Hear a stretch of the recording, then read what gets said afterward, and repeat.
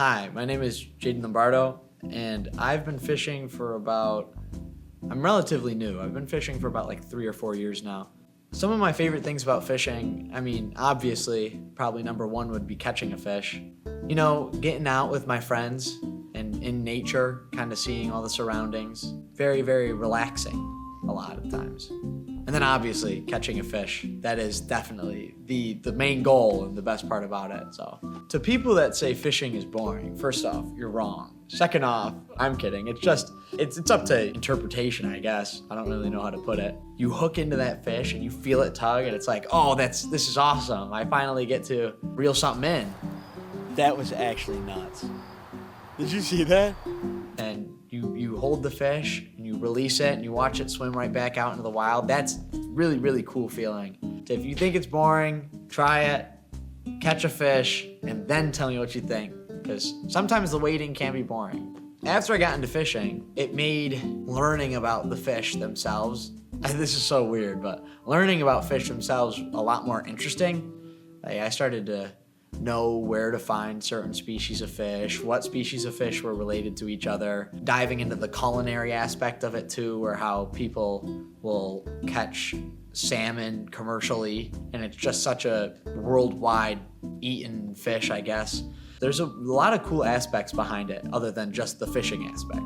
Usually when I go fishing, I go for about, on average, 2 hours. But sometimes I've been out there for 5 hours. Sometimes I'm out there for maybe 30 minutes. In my freshman year, I used to just go out to Ellicott Creek in between 2 of my classes and I'd fish for like a half hour. Back at it. If I'm not catching anything, I don't want to be fishing for more than like an hour. If I'm out there for an hour and I'm not catching anything, it just makes me want to go home. But if you're catching stuff, you want to stay longer. If you're with friends, it makes you want to stay longer. So it's really dependent. You kidding me? It's there. We got this. If I were to give a new fisherman advice, it would be stick to spinners and plastic worms and you don't need something super expensive like a rod and reel setup. For like pond and creek fishing, you could get like a cheap set of rod and reel from Walmart. It works just as good, if not better, than some of the big name brands that people will push on you to buy. Like, just start cheap. That's really it. Which is funny because that's like a $20 rod, and this is like a $5 Walmart rod. Don't listen to Big Fish. Big Fish is public enemy number one. Well, casting, it definitely takes like a little bit of skill and effort, but it's not really rocket science. Pull the line off of the bail, open the bail, swing it back, flick it forward, and as you flick it forward, move your finger so that the line can twist off the bail. Yeah, it just depends on the lure, the type of cast, and your location. Obviously, if there's a lot of trees around, you don't want to cast overhand, you want to cast sidearm so you're not getting stuck in a tree. So, yeah. In the fish community, people get very offended over a lot of different stuff. Like, people disrespect fly fishermen.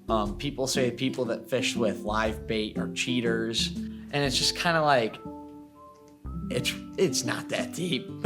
Like, honestly, it does not matter. But yeah, there is kind of quarrels amongst the community.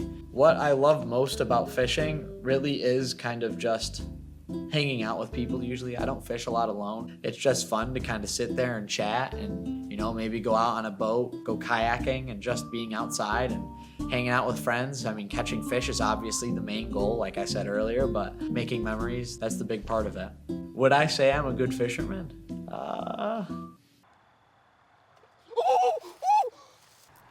Tony, what the? Tony, what? Tony!